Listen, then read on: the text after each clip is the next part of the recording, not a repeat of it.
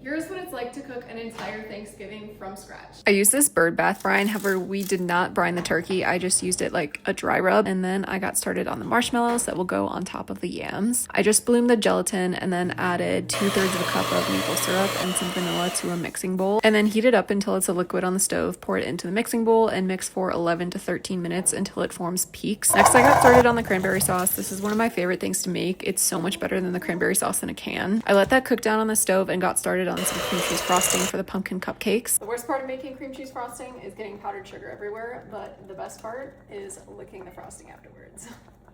Next, I took out some frozen sourdough from the freezer and baked it for about 10 minutes, mixed the corn casserole while the bread was in the oven, and then blended the bread into breadcrumbs for the crispy onions and the mac and cheese. I got started on the green bean casserole, but then it was time to take the turkey out of the oven, and then I chopped up some onions, dipped them in an egg wash, then the breadcrumbs, and baked those. Topped the green bean casserole with cheese and the crispy onions, and then that went into the oven. Next, I got started on the cheddar cheese soup for the mac and cheese and the pumpkin cupcakes with pumpkin puree that I had made the previous day. This is a family recipe for pumpkin bread that I make every year now. It's one of my favorite foods in the world, and I recently started making a cupcake version. Threw in the pasta, and then the potatoes were done boiling, so it was time to mash those. I added some fresh basil, garlic powder. Sorry, Mom, I didn't have time to saute the garlic cloves. And then added some heavy whipping cream and mashed that all together. Drained the pasta and then added the cheddar cheese soup, raw cheddar cheese, and a super special secret ingredient, and then the breadcrumbs. That went into the oven, and then I took out the yams and added the marshmallows on top. We ended up eating at 9 p.m., but all of this food was absolutely incredible and definitely worth this cooking marathon. Let me know if you want any of these recipes.